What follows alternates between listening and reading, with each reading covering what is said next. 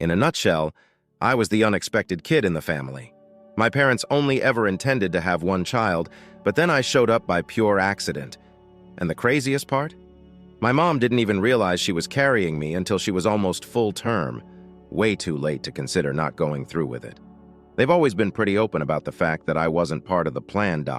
But it's not just in their words, it's in everything they do. Ever since I was old enough to notice, I saw my older brother, Vincent, being treated like the star of the show, always getting the first pick. It honestly felt like they had it all mapped out to make things harder for me right from the start. Take schooling, for instance. Vincent got to attend a prestigious private school while I ended up at the local public school. And it didn't stop there. My parents fully covered Vincent's college expenses, but when it came to me, I had to hustle and land scholarships to pay my way. It's a part of my life I usually avoid talking about. To be real, throughout most of high school, especially early on, I was struggling a lot. I was the painfully shy kid who lacked confidence and never really knew what he was capable of. That changed in my junior year, though. I got to know a group of kids who had a completely different energy. They took me under their wing and showed me a new way of seeing the world. They made me realize I could transform myself in all the best ways just like they did. Motivated by these friends, I started pushing my limits. I worked hard on my grades while still managing to enjoy life. This new approach really paid off. I ended up graduating at the top of my class, securing a full scholarship that took care of my college fees. I got into one of the top universities in the nation for computer science, which was a pretty big deal. But would you believe it? Even that didn't seem to impress my parents. They were convinced that a computer science degree wouldn't get me as far as a business degree would. Going off to college, though, was a turning point for me. It marked a new chapter where I finally took control of my own life, making my own choices, and focusing on what I wanted. It was at this point that my parents' opinions and expectations started to matter less and less to me. I was on my own journey, chasing a degree in computer science, something I was genuinely passionate about. College wasn't just about hitting the books. It was a time for personal growth, finding my own voice, and learning to stand strong on my own. As I got more immersed in my studies and future plans, my connection with my parents gradually weakened. It wasn't a sudden break, just a slow drift as our conversations became fewer and more superficial. Meanwhile, Vincent's college experience was on a completely different track. College life hit him like a brick wall. The new freedom and responsibilities were too much for him to handle. Sadly, he got caught up with people who made reckless choices that seemed thrilling to him. The allure of parties, the pressure to fit in, and the easy access to drugs pulled him down a path he didn't see coming. It didn't take long for those choices to start having a serious impact on both his grades and his life. Vincent's situation just kept getting worse. His drug use spiraled out of control, and the fallout from his actions became more intense. When he got a girl pregnant and had a daughter, it was the turning point of his downward spiral. This moment marked a huge shift for him. Despite his talents and the opportunities he had, his academic performance tanked so badly that he ended up having to drop out. He had to drop out of college with a GPA that was far from redeemable. But in my parents' eyes, Vincent could not do anything wrong. They viewed him as their ideal son. LED was led astray by external pressures rather than making his own decisions. They absolved him of any guilt, blaming his pals for his current condition. This story enabled them to ignore his repeated failures while remaining unwaveringly supportive.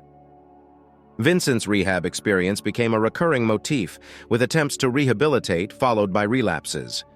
Throughout this difficult period, his pregnant girlfriend, who was shunned by her own family, sought sanctuary with my parents. They embraced her, possibly viewing it as a chance to heal the situation or to project the image of a caring family. Despite the pandemonium that was happening in this circumstance, it highlighted the enormous disparities in how my parents perceived and treated Vincent and me. It showed the divergent routes we were taking while being from the same family. My undergraduate experience, distinguished by freedom and self-improvement, was in stark contrast to Vincent's, which was fraught with difficulties and disappointments. However, in my parents' story, Vincent remained the victim of circumstances, while my accomplishments and problems were reduced or completely disregarded. This complicated and emotionally charged dynamic highlighted our family's deep-seated concerns, highlighting the varied roots and viewpoints that shaped our individual lives. After graduation, things began to improve significantly for me. I got a great job immediately away, whereas Vincent ended up flipping burgers at McDonald's. As time passed, my family continued to follow the same old habits. Regardless of what I accomplished, my parents always found excuses to condemn me. Meanwhile, Vincent could do no wrong in their eyes. Despite his continuous blunders, it was as if he were trapped in an endless cycle of unjust comparisons and mistaken priorities. Then one day, something inside me simply clicked. I'd had enough of the imbalance, unjust treatment, and never-ending loop of negativity. So I took a quiet decision for myself. I didn't create a huge deal or engage in a spectacular dispute. I just stopped reaching out to my parents. Perhaps predictably, they made no effort to bridge the divide. It was as if our shared silence had sealed the deal, ushering in a new chapter in my life in which I pushed ahead without looking back. Around this time, I embarked on a new enterprise with a few college pals. I began working on creating my own business. It was an exhilarating, all-consuming challenge that gave me little time to reflect about family difficulties. This endeavor wasn't just a job, it was a desire that drove me. We were making a fantasy into a reality. As I was pouring my heart and soul into this business, life handed me another stunning curveball. I met the woman who would eventually become my wife. We married, and soon after we had our first kid. My life, which had previously been marred by familial conflicts and unmet expectations, had changed into something absolutely delightful. I had my own family, a wonderful work, and the freedom to design my own life. Looking back, I know that getting away from my parents' negativity meant more than just putting distance between us. It was about giving myself room to grow, to create a life full of love, prosperity, and pleasure. My road was not without its hardships, but each step and decision brought me to a place I could really call wonderful. Something unexpected happened when the company reached its stride and celebrated a good second year of success. Our success story was included in a television interview, which highlighted us as young entrepreneurs and our experience in the world of start-ups. This public acknowledgement seemed to serve as a wake-up call for my family. Oh, they have another son. Completely unexpected. My phone started to explode up. Calls, SMS, you name it, for my family, who had previously been largely disconnected. They all cheered and congratulated me on my victory. Then came a message from my mother, which caught me off guard because it seemed like the first time she had shown her love for me in a text. And she even invited me over for dinner. Honestly, my initial thought was to pass. Why get back into that emotional whirlwind, right? But then I found myself discussing this with a business partner, someone who had been through it all with me. He offered something I hadn't considered. I should attend the meal. Not for them, but for myself. Sure, it was an ego boost, but it was also a form of vindication for all of my hard work, challenges, and moments when I felt forgotten or underappreciated by them. His perspective struck me unexpectedly. It helped me understand that I deserved this moment. This wasn't simply about bragging or rubbing accomplishment in others' faces. It was about recognizing my path. In his words, the battles I'd faced and the places I'd gotten myself through pure tenacity taught me that it's all right to take a minute to reflect on the value of your accomplishments, especially in front of those who may have questioned you the most. They quote rephoning, messaging, and generally being polite. I couldn't help but assume that they were going to beg for money. To be honest, I started formulating a strategy in my thoughts on how to handle the issue. I was very much determined not to give them any money since, well, they haven't been the kindest people to me. In my mind, I saw this as an opportunity to demonstrate to them that I could succeed without their assistance, do you know? But then I told my wife about the whole scheme, assuming she'd be on board. To my astonishment, she was not pleased with it at all. She became enraged and told me that it was wrong to take advantage of them being in a difficult situation, even if they hadn't been the best family to me. She quotes, normally quite supportive and on my side, so her being unhappy made me rethink my entire strategy. It was as if she thought it was a horrible idea, so maybe I should reconsider. So here I am, sort of stranded, wondering what to do next. I considered asking the people on Reddit because, Sometimes it's nice to have some outside perspective. So the real question here is, would I be the terrible person if I went to this family meal to brag about how great I'm doing? I know full well that I have no plans to support them financially. I mean, they haven't been terrific to me, but does it explain my decision? Update 1. So, after I posted my big question on Reddit, asking if I'd be acting like a villain by going to my family's dinner only to show off and not genuinely help them out. I received a variety of comments. It was like discovering a treasure box in a game. But instead of riches and diamonds, it was filled with advice that lead me in a million different ways. Some people were giving me a virtual high five, saying, yes, show them what you've accomplished. Others were more on Team B, with the bigger person advising me to consider my wife's sentiments and maybe reconsider my strategy. And yes, there were a few comments that weren't exactly supportive of me or my approach. After going over the comments, I had a major effort moment. For example, when you decide to take on a gaming level that is far too difficult simply because you can. I decided, yes, I am going to that family dinner, even with all of the diverse voices from Reddit echoing in my brain, some encouraging me on and others criticizing my motivations. I decided I needed to see this through. And here's the twist. After I showed my wife all of the Reddit comments and suggestions, she seemed to shift gears. Instead of arguing one way or another, she simply shrugged and replied, "It's your decision." So there I was, suddenly feeling like the main character in a game, facing a critical decision that may alter everything.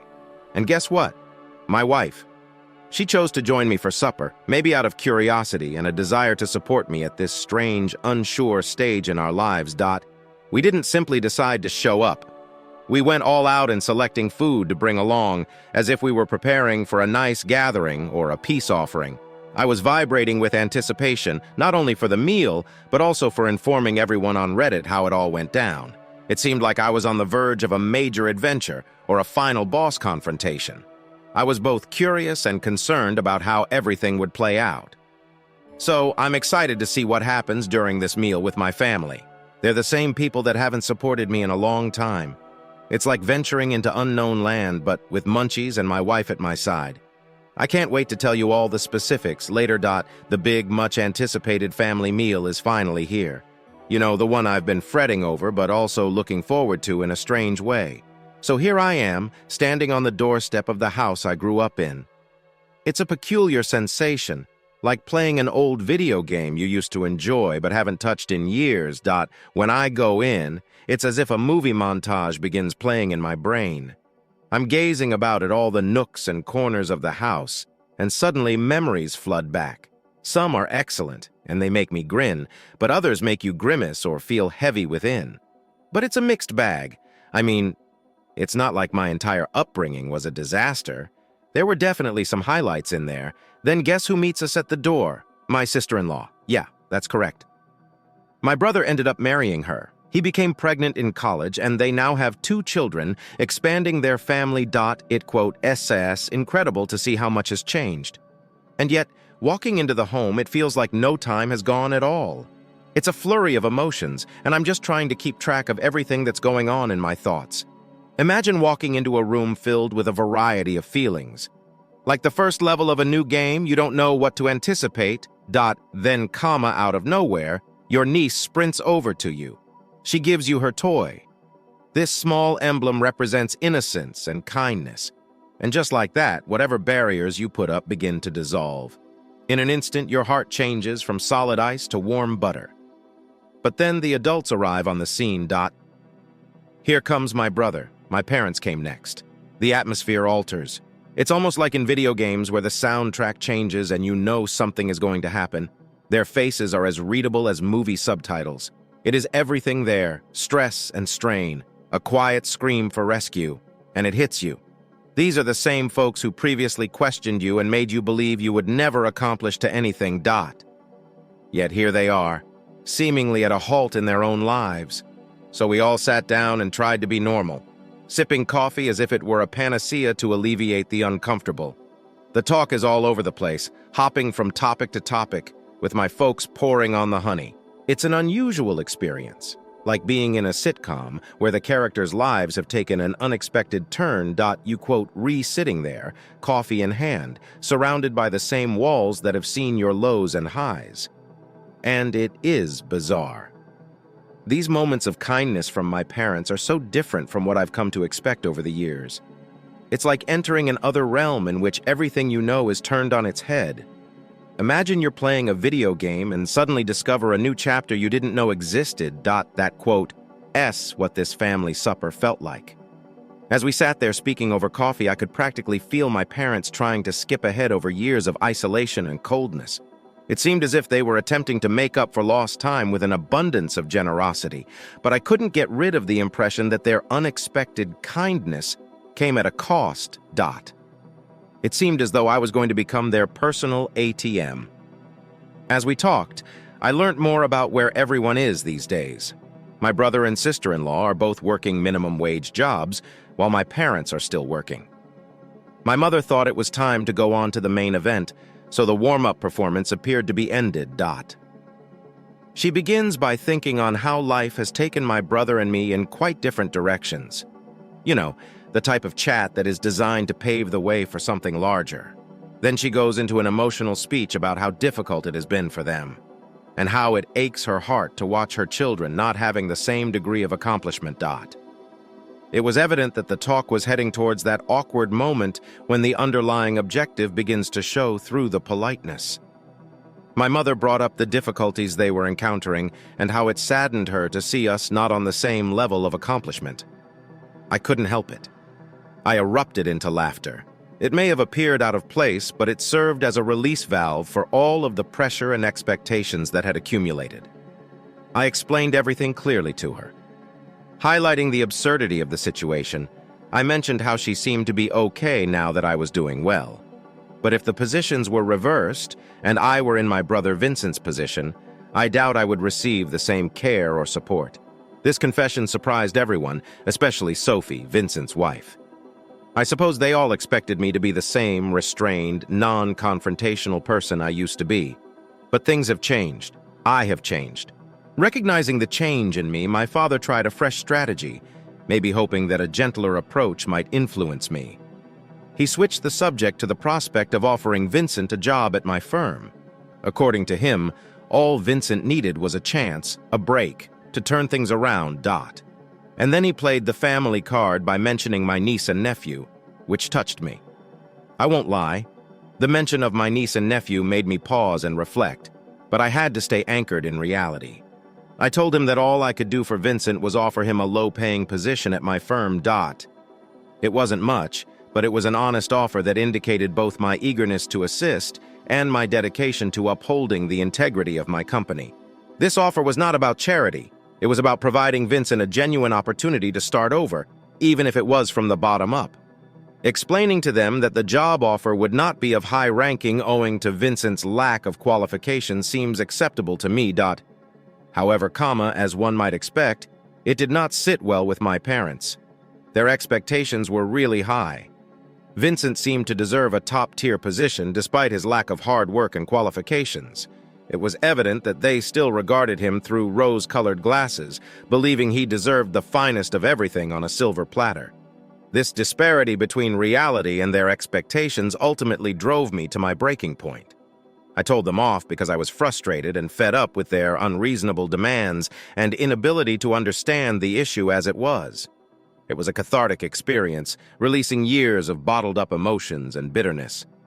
As I prepared to go, I decided that I would not leave empty-handed or without making a statement. I had one final chance to implement a strategy that had been simmering in my imagination. My ace in the hole. I dug into my pocket and took out an envelope. This was not just ordinary envelope. It was pristine, beautifully cared for, and represented far more than its outward look indicated. It embodied my journey, my hardships, and, eventually, my perseverance. I placed it on the table with finality, eager to reveal the result of my long-held expectation. This envelope and its contents were my means of proving to my family that my success was earned rather than given. It was a concrete reminder of how far I had gone, both metaphorically and literally, from the person they had disregarded to the person I had become. This act was intended to bring closure and move ahead. They left behind the weight of their uncertainties and expectations. After all of the drama and stress at the family meal, I thought it was time to bring my parents back down to earth and show them that life isn't just about wanting the best without knowing the true hardships of achievement. So, with a little of theatrical flair, I placed an envelope on the table. It was my mic drop moment. I did not give a big speech or anything. I just placed it there, expressed my gratitude, and prepared to go. That envelope was my way of saying, look, I made it despite everything. My parents received the message loud and clear. You could see it in their faces. They understood exactly what the envelope represented. All they could do was gaze at each other, my wife and I.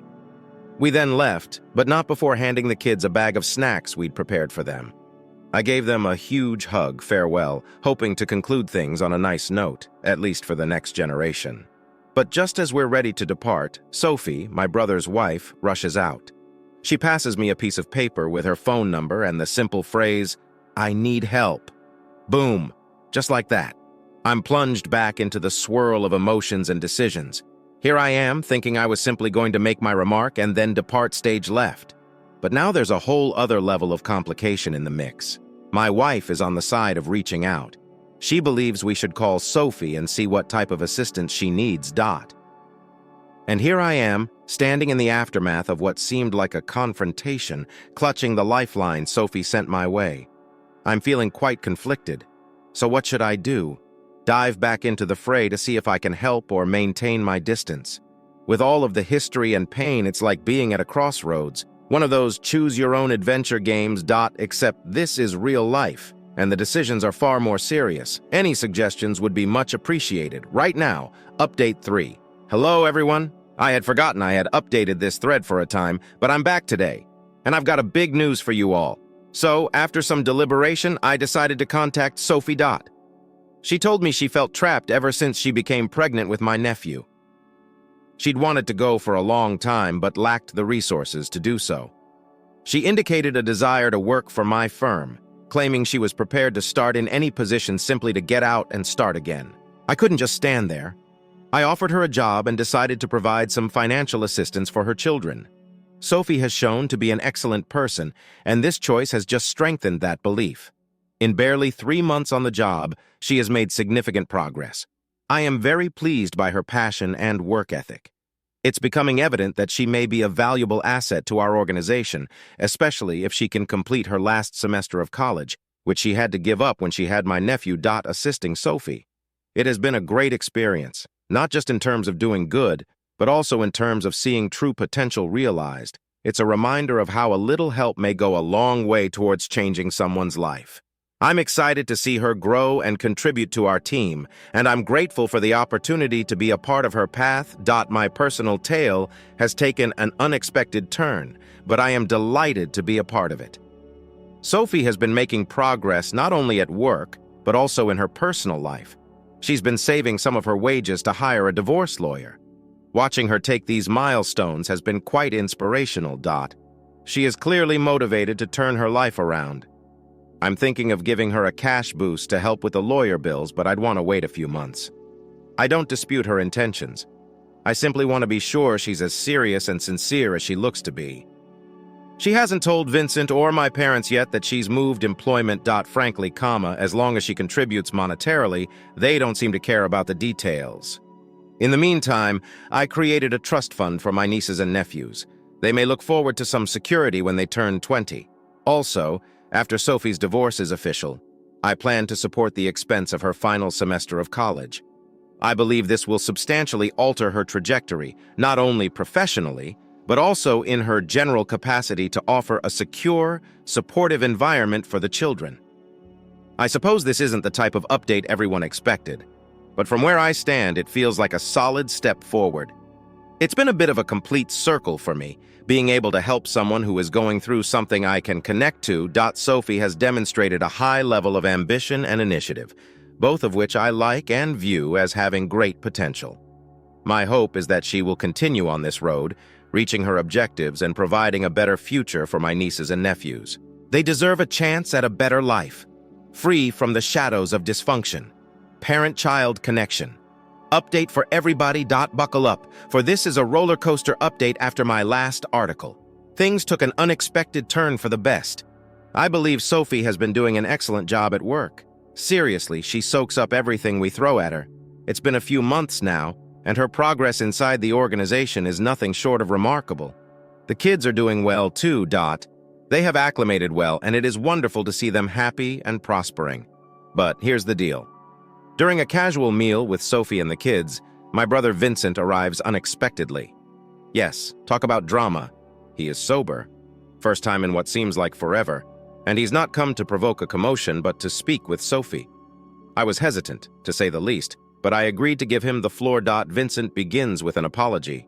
One of those heart-rending moments. I've realized the mistake of my ways, my apologies. He's been clean for a long, going to meetings and truly trying to improve himself. He wants to have a good influence in his children's life rather than disrupting them. Sophie is wary, rightly so, but she agrees to begin with supervised visits. Meanwhile, After hearing of Vincent's reversal, my parents are all over him again, complimenting his efforts. To be honest, it's a little excessive, but if it keeps him on track, who am I to complain? Here's when things become interesting for me. My business is doing better than we could have imagined. With Sophie's improved abilities and my team's hard work, we're launching a new initiative that has everyone excited. It's surreal, to be honest. My connection with my parents and Vincent is complex. There's a lot of history here, a lot of pain, but witnessing Vincent making genuine efforts to make apologies, it sparked something in me. I am cautiously optimistic. We've started hosting monthly family meals. It's awkward, yes, but it's a beginning. Amid all of this, my wife and I are expecting our second kid. Life is full of surprises. It feels like we are at the start of a new chapter, and I am ready for it. Are you ready to see where this goes? So to everyone who has been following this story, thank you for your encouragement, wisdom, and simply being there. It's been a crazy trip, but I believe the voyage is only getting started. Who knows what the future contains, but I am hopeful. For the first time in a long time, I feel really hopeful.